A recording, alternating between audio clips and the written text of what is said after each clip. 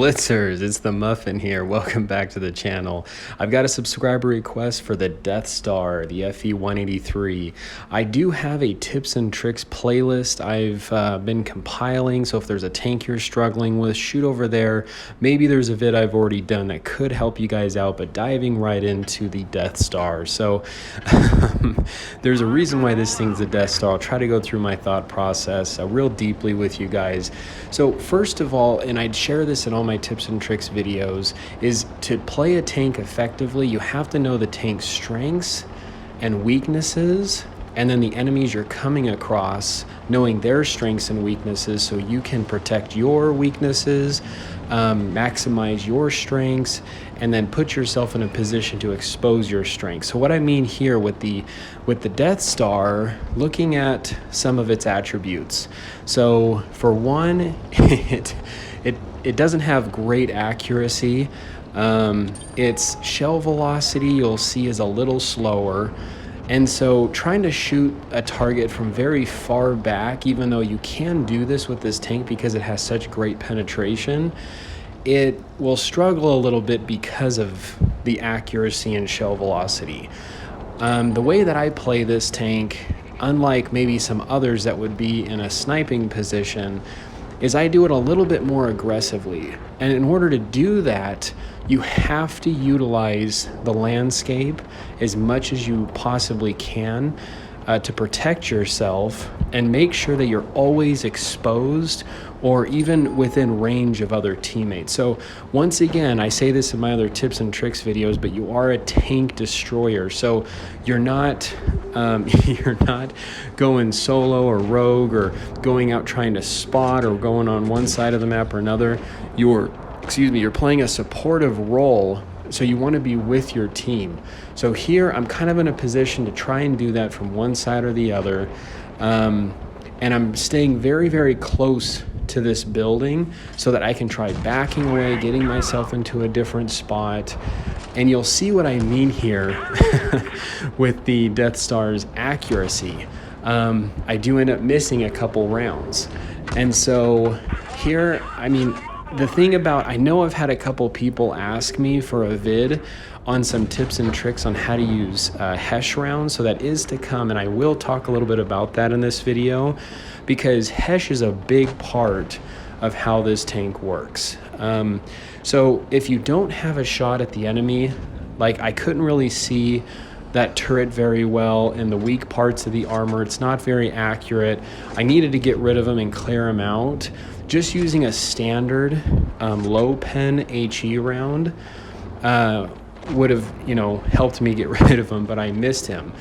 With high penetrating HE shells, they have the ability to penetrate, so or a much greater chance to penetrate. So you'll notice when you focus in on an enemy, when you switch to an HE round, there's going to be areas of the tank that are yellow, if you notice, and there's going to be tanks that are not going to have yellow on it. And you want to shoot at the area that doesn't have any yellow on it. Now, and partly knowing how to do this is you have to understand your Hesh round's penetration value, and you have to understand your enemy's armor value. Because if you're switching to Hesh all the time, yeah, if you can penetrate, you can do that higher damage, but it'll end up taking more time to switch back to the normal round if you're on Hesh and not using standard. So anyway, you can see there, even with that E75 that I took out, that some of the tank was yellow. So there's three different types of rounds with the Death Star. There's just the standard Hesh, which is just a low penetrating HE round, which most likely if you're coming across things like grills or Waffenträgers, those are great. You could most likely use something like that. The high penetrating HE round are things for things that are a little bit more heavily armored, and you have the chance to be able to penetrate those. And then you have the standard round, the standard AP round, which has an excellent penetration value, and if all else fails against those other two, you most likely will be able to penetrate with your standard AP round. That has the highest amount of penetration for this tank.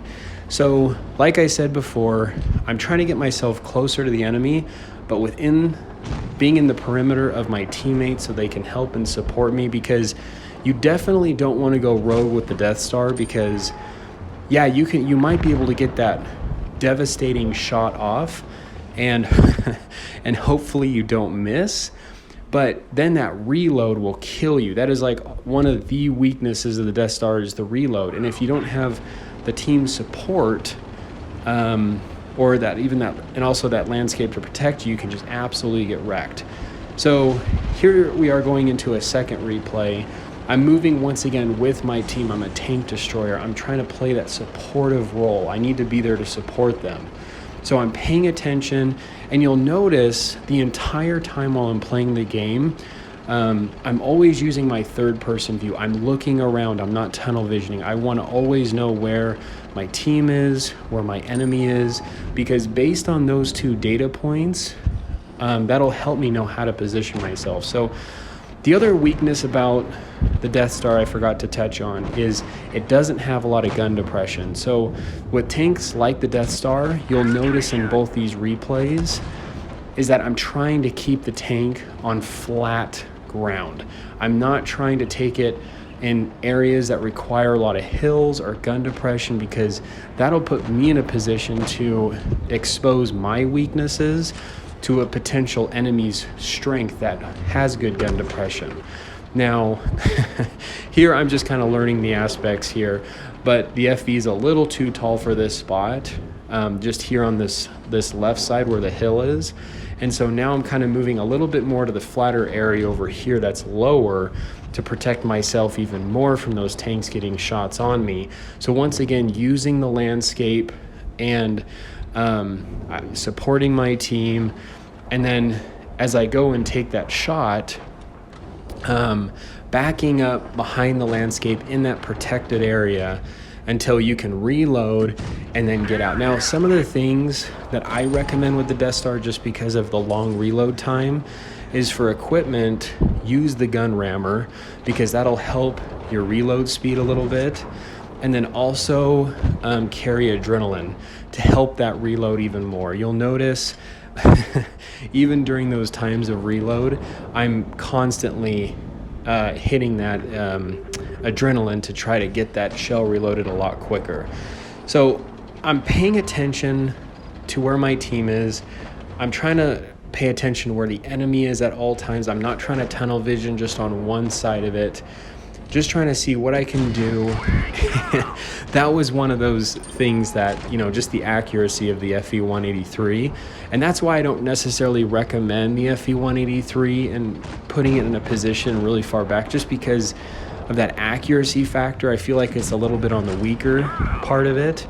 And so I try to get up much more closer to the enemy, as you can see here, in a safe manner, using the landscape, using my teammate, using the data I know of where the enemy's position, my team's positioned, and then kind of finagling my way through from safety point to safety point to make those excellent shots, because you can really do some devastating damage in this thing. So anyway, hope this was helpful. The Muffin here, stay cool and keep tanking.